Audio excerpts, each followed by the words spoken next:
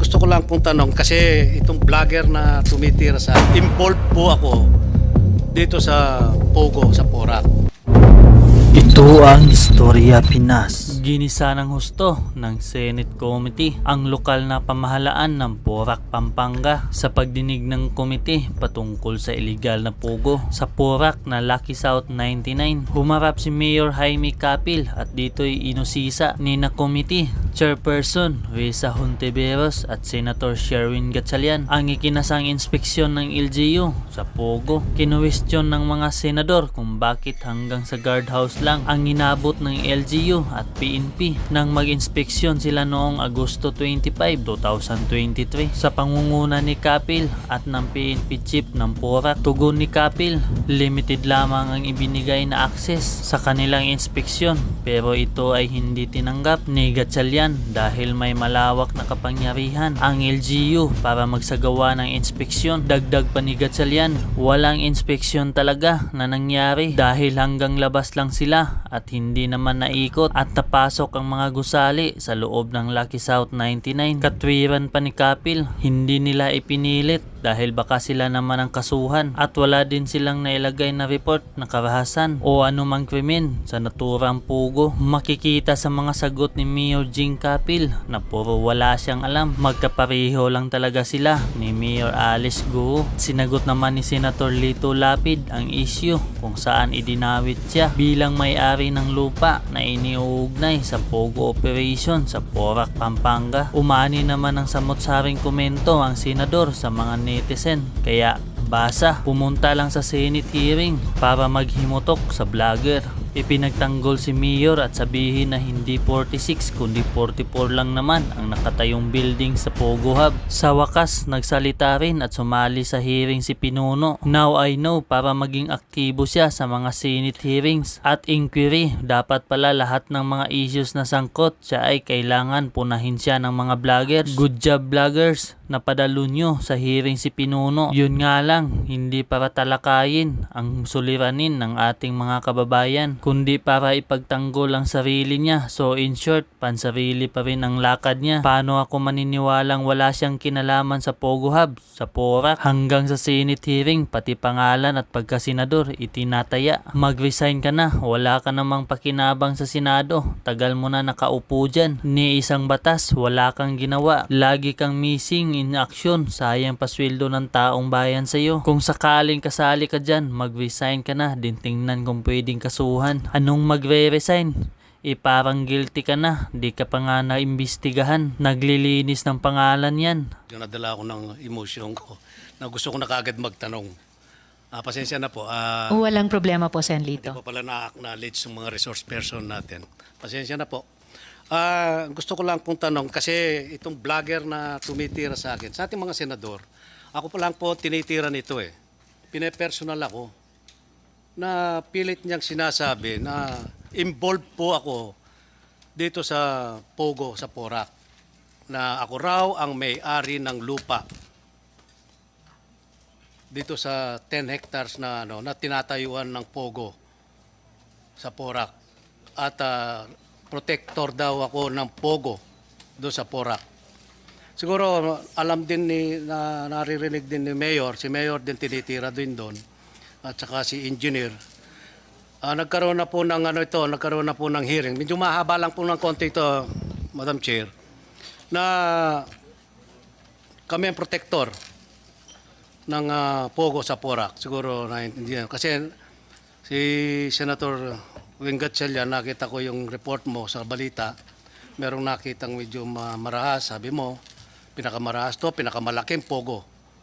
At ang tanong ko lang kay Engineer Glenn, ilan ba ang building do sa do sa 10 hectares na do sa Porac? Good morning po, Your Honor. Good morning, Good Engineer afternoon po. Lansangan. Please proceed. Sasagutin si Sen Lito. Base po dun sa mga application namin, 42 buildings po, yun nandun po. Hindi 46 ha? Hindi po, kasi yung unang application nila po, baka na-appreciate po nila na separate yung mga buildings. Pero dun sa application po sa amin, isang building lang po yun. Isang application lang, isang building lang. Isang application lang po, isang building, yung unang phase ng application po nila. Hindi nyo na-monitor kung ilan hanggang 46 daw eh. Daw ah. Yung po kasing application po nila, Your Honor, bali 3 phase po yan.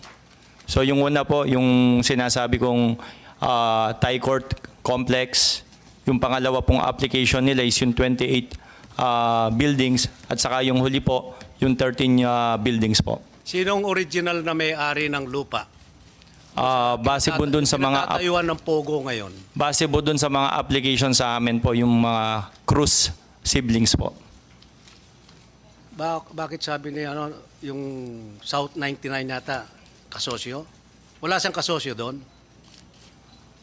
Hindi ko po alam, Your Honor. Basta yung basis ko lang po yung mga application nila na submit sa office namin. Okay. Mayor, kay Mayor Jing, may mga kasama ka rito. Sino mga kasama mong nasa munisipyo ngayon? Assessor nandyan? Mayor Capil. And alam po ng Chair, Mayor, na gusto nyo rin sa hearing na ito makapagbigay ng presentation. Pagkatapos nyo po masagot yung mga tanong ni Sen. Lito, bibigyan daan po ng Chair. So please proceed po. Salamat po, Madam Chair. Mayor, tanong Opo. ko lang. Alam mo ba kung sino yung may-ari ng lupa na 10 hektarya? Opo, thank you po, Senator Lito Lapid. Ang may-ari po ng lupa sa Lagi South ay ang mga Cruz siblings po. They can check on the LRA, on the title of the lot there. Kaya po tinatanong ito, dahil itong isang vlogger dito, laging inuugnay po yung pangalan ko dito sa 10 hektaryang kinatatayuan ng Pogo na 46 na building. Ngayon, ang tanong ko, masasabi mo ba sa kapuluan nito, sa hearing na ito, ako ba ang may-ari ng lupang yan na dinidiin nila? Actually, it's very unfair to both of us, Senator. Pati po ako sinasabi niya na ako ang may-ari at may 50 million na bahay po ako doon. I categorically deny that. Hindi po tayo ang may-ari ng lupa o doon po sa kinatatayuan ng Lucky South ng Pogo po. Hindi po kayo ang may-ari, Senador. Yun ang gusto kong malinawan po dito na ako, wala akong kinalaman dyan. Alam mo, Mayor, tuwing magkikita tayo, paminsan-minsan siguro, minsan isang taon, di tayo nagkikita. Bilang nung naupo ka ng Mayor, minsan nagkikita tayo, ang mga intention mo sa Porac ay napakaganda. Thank you po. Nangangarap ka na maging city ang Porac after 5 years. Kaya nga sabi ni Presidente, ang pangarap mo ay pangarap ko rin dahil tiga Porac din ako. Ngayon, kasi po gusto kong patunayan dito sa hearing na ito na wala po akong kinalaman dito sa operasyon ng Pogo at hindi po nakapangalan ang lupang 10 hektarya diyan sa Pogong yan. Kaya po ako naghahamon dito. Kung ako napatunayan nilang kasali ako diyan, pwede akong mag-resign bilang senador. Dahil hindi ko po papayagan na masisira ang pangalan ko rito. 3 taon ako naging Vice Governor ng Pampanga, 3 terms akong Governor ng Pampanga, paging 3 terms na rin po ako bilang senador dito sa pangkasalukuyan. Siguro kung mapapala rin din ako, sa 2025, Madam Chair, magiging port na ako dito, pero hindi ko sisirain ang pangalan ko rito. Tinataya ko po ang pangalan ko rito. Kasi masyado na akong na-involve. Kasi lahat po ng nakakasalubong ko, mga kumpare, kaibigan, kapitbahay, mga kamag-anak, mga kapatid ko, nahihiya po ako, lagi akong tinatanong, nai-involve ka ba sa Pogo, sa Porac? Para napakasama ng image ng Porac ngayon, Mayor. Kaya sana pag-ingatan natin ng Porac. Tiga doon din ako eh. Minsan nga nasasabit pa nga pangalan ng dating gobernador na si Baby Pineda, ngayon Vice Governor siya. Alam ko, nag-hearing na kayo doon sa Kapitolyo sa probinsya. Opo. Tapos nasasagot, na-involve din dito si Presidente Gloria Macapagal Arroyo, protector din ng Pogo sa Porac. Ngayon, sabi ko nga, Sino mag-i-invest ngayon sa Porac? Ang sama-sama ng pangalan ng Porac ngayon. Sana, Mayor, ako'y nananawagan sa iyo at malapit dahil tigaron tayo, doon tayo sinilang. Linisin mo ang pangalan ng Porac. Kasi pag may nag-invest doon, nagtayo ng building, ang sasabihin nila kaagad, Pogo yan. Dahil Porac. Parang yung Bamban, Tarlac. Ganon din po, ang pangit ng imahe po ngayon ng dalawang bayan na ito, Tarlac at saka Porac. Magkatunog pa naman. Di ba? Pero karamihan ng Bamban, karamihan Kapampangan. Lalo na sa Porac. Yun po kasi ang inaalala na natin dito. Nagsisimula na po mga investor doon sa Porac, doon sa Ayala. Doon na rin po yung Miriam College na magbubukas na. Ito, nahaluan po ng Pogo. Medyo sumasama po ang ating sumasama ang image natin, Mayor. Kaya, ang pakiusap ko sa iyo, linisin mo ang Porac. Siguro, sagutin mo lahat ng mga katanungan dito, mga kasamahan ko, Senador. Sana masagot mo. At saka si Engineer Glenn. Halos tayo rin magbubungguan doon sa Porac. Magkakaisa tayo doon, magkakaibigan tayo. Sana masagot mo. Ha? Yun lang po, Madam Chair, maraming salamat po. At saka nananawagan din po ako sa NBI. Ito pong vlogger na ito kinakuha ko po itong record nito sa NBI.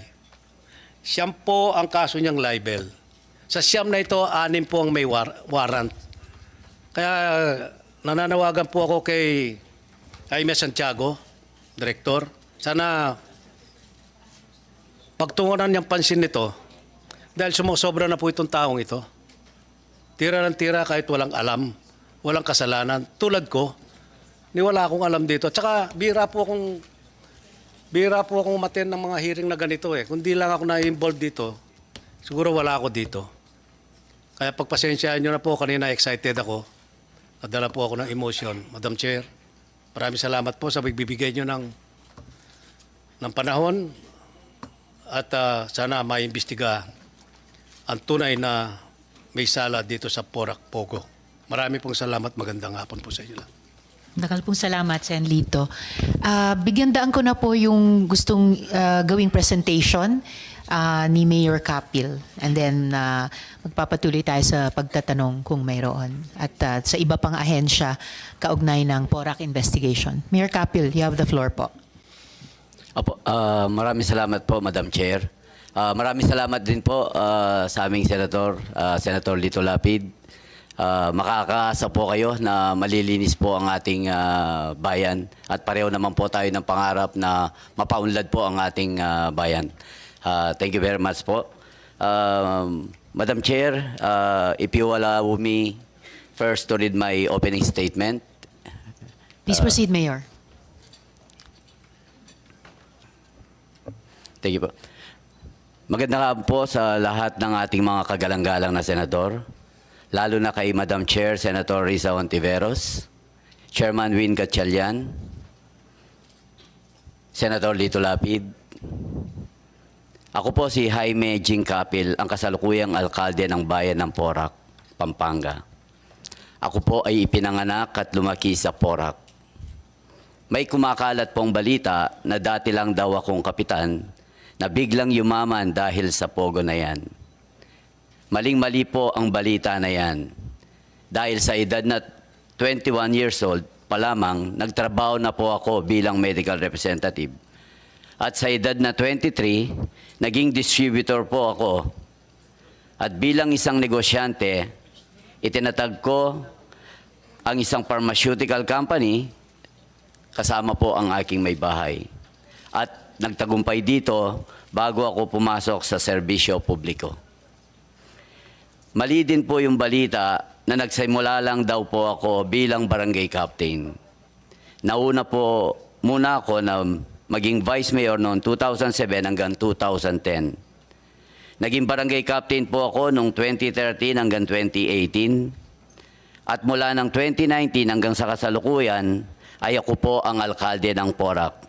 This is my second term, Madam Chair. At wala din naman pong masama kung nagsimula kung magsimula ka lang bilang kapitan at umangat sa karera. Napakarami pong mga sikat na politiko na nagsimula naman talaga sa baba.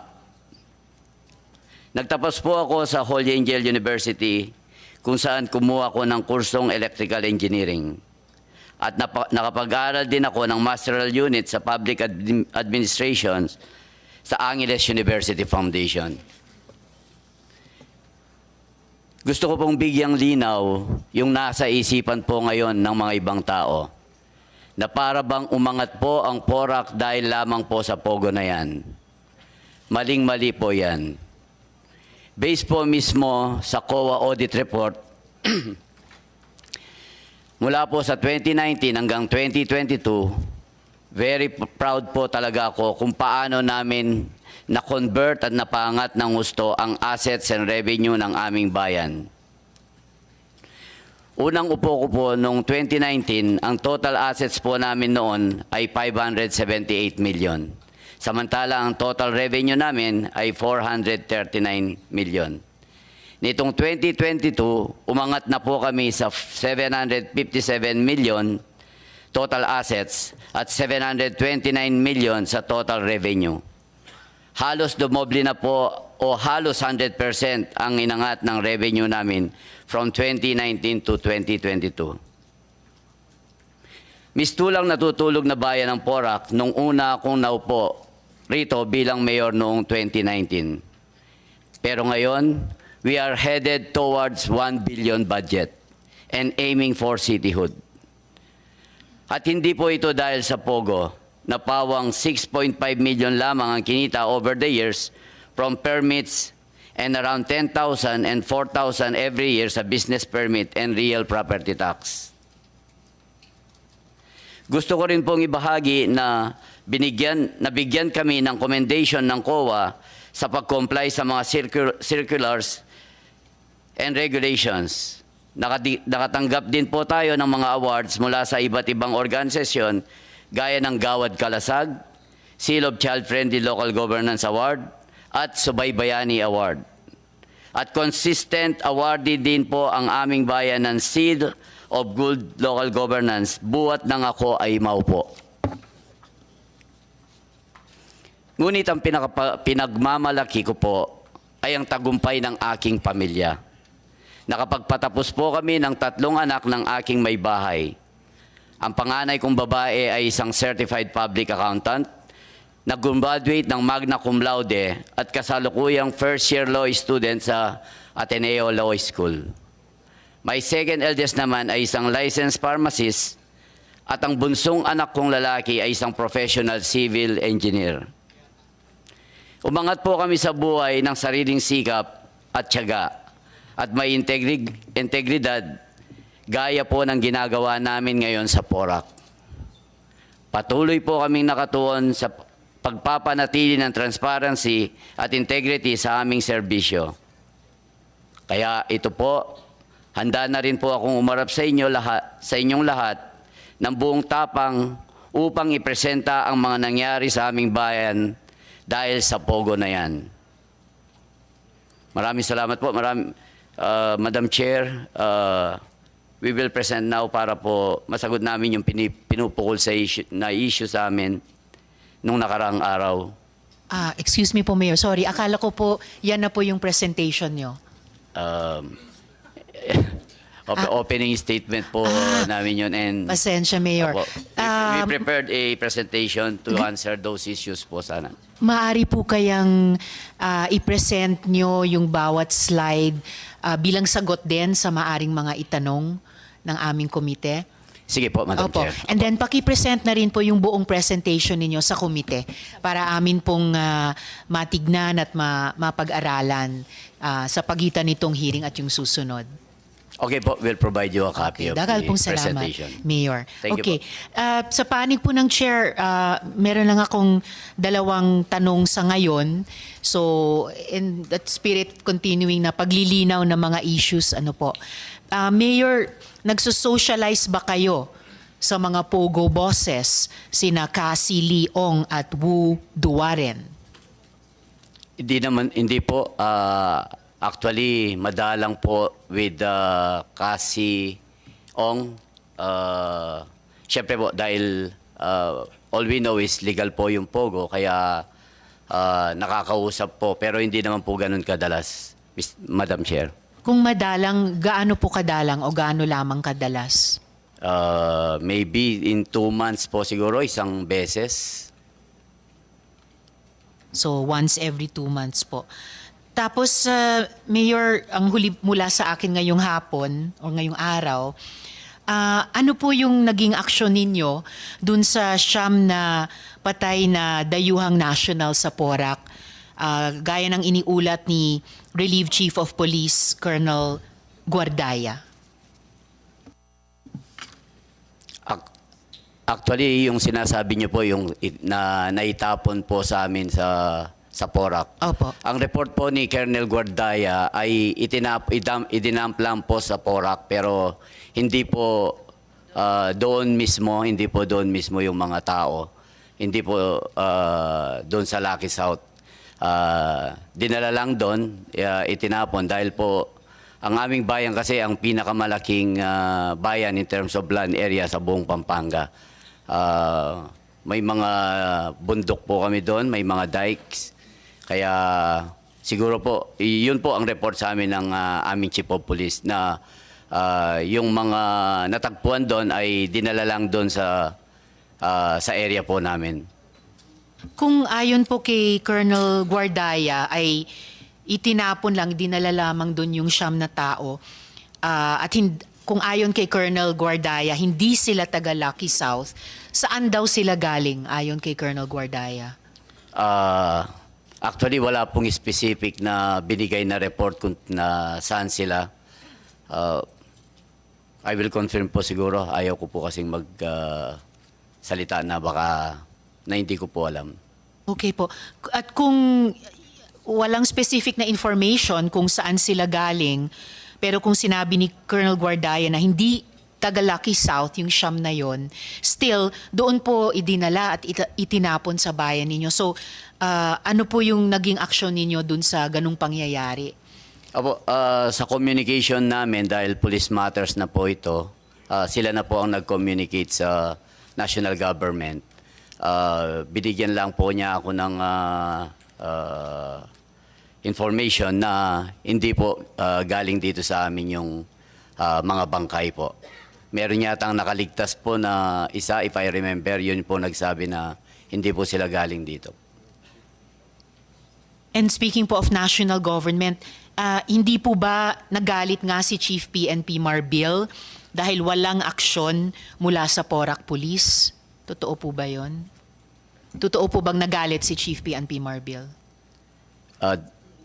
Madam Chair, dun po sa nangyaring dumping of ng mga patay. Di umano, nagalit daw si Chief PNP Marbil dahil walang aksyon yung Porac Police dun sa pagdump nung siyam na tao na pinatay. Kasi po, as far as I know, mga 1 year na po yung nakakalipas nun, matagal na. Baka hindi po yun, Madam Chair. Sorry po.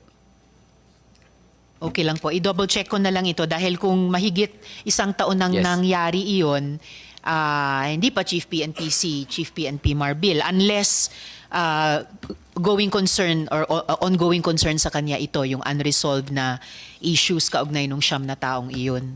Opo, matagal na pong nangyari yun. Sige po. Salamat po, Mayor. For now, yun po yung mga tanong ng Chair kay Mayor. Salamat po. Meron po akong kaugnay pa rin itong Porac investigation. May mga tanong ako sa DAR. Andito po ba yung DAR?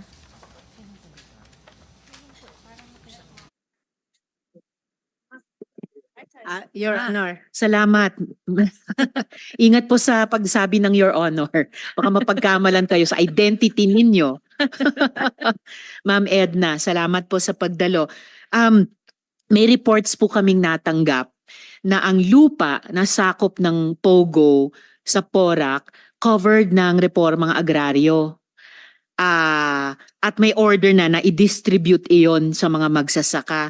Pwede niyo po bang i-confirm yan kung tama ba o mali? At yung may paliwanag ba, makapagbigay ba kayo ng paliwanag kung paano napatayuan yan ng POGO kung subject na ng land acquisition and distribution? Okay. First of all, thank you very much for inviting the Department of Agrarian Reform to attend this meeting. For the question, if the subject land holding is really it was really covered under our program, Madam Chair, that is we are now doing our part to also investigate those matters because as of now, I cannot confirm yet. So I need all the details and we have to coordinate it with the Provincial Agrarian Reform Program Officer in Pampanga and as well as our regional office. So since we are in the central office, we still have to coordinate those matters before giving any information regarding those matters. So the Department of Agrarian Reform will do our best to give you the information needed as soon as possible. Thank you very much po. Pero ang usapin naman ng LAD balance, year on year, ina-update naman po yan ng DAR Central Office and sobrang maraming dekada nang umaandar yung Agrarian Reform Program natin. So hindi nyo ma-confirm kung tama na covered ng Agrarian Reform yung lupang sakop ng POGO sa Porac? Actually, Madam Chair, I was just called to attend this meeting this morning. So I'm so sorry. I am not prepared of the data. But anyway, I promised you that next week, I can submit the data needed through the Secretariat. Salamat po para doon and yung pagdalo ninyo kahit kaninang umaga lang kayo nasabihan. Pero for the record, may kopya po kami nung order na iyon na i-distribute yung lupang sakop ng POGO sa Porac sa mga magsasaka. I'll still look forward dun sa ulat nyo by next week. Pero ngayong hapon, pwede ba kayong